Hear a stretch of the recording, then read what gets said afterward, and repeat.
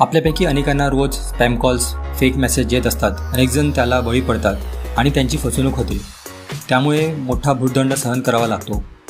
याला आता आळा घालण्यासाठी केंद्रीय दूरसंचार विभागाने काही पावले उचलली आहेत. दूरसंचार विभागाने एक नियमावली जाहीर केली आहे. केवळ 3 स्टेपमध्ये युजर्सना तक्रार करण्याची सुविधा उपलब्ध करून दिली आहे. त्यामुळे युजर्सना भविष्यात अशा प्रकारचे कोणतेही बनावट कॉल्स आणि मेसेज येणार नाहीत.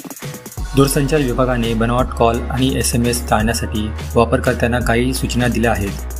अलीकडच्या काळात बनावट कॉल आणि मेसेजच्या माध्यमातून आर्थिक फसवणूक होण्याच्या घटना झपाट्याने वाढल्या आहेत. या समस्यांवर नियंत्रण ठेवण्यासाठी सरकारने गांभीर्याने उपाययोजना केल्या आहेत. बनावट कॉल आणि मेसेजची तक्रार करण्यासाठी या सोप्या 3 स्टेप फॉलो करा. सर्वप्रथम तुम्ही संचार सारथी पोर्टलला भेट द्या. तिकडे तुम्ही सिटीजन सेंट्रिक सर्व्हिस यावर क्लिक करा. त्यावर दिसणाऱ्या पहिल्याच चाकसू ब्लॉकवर क्लिक करा. तिसरी स्टेप असणार आहे report suspected fraud and unsolicited commercial communication. यामध्ये तुम्हाला येणारे स्पॅम कॉल आणि मेसेजचे डिटेल भरा. या पोर्टलवर आलेल्या अहवालाच्या आधारे दूरसंचार विभागाने 1 कोटीहून अधिक सिम कार्ड ब्लॉक केले आहेत. जर तुम्हालाही फेक कॉल येत असतील तर तात्काळ दूरसंचार विभागाला फेक कॉल आणि मेसेज कळवा. असे केल्याने अनेक युजर्स फसवणूक होण्यापासून वाचू शकतात.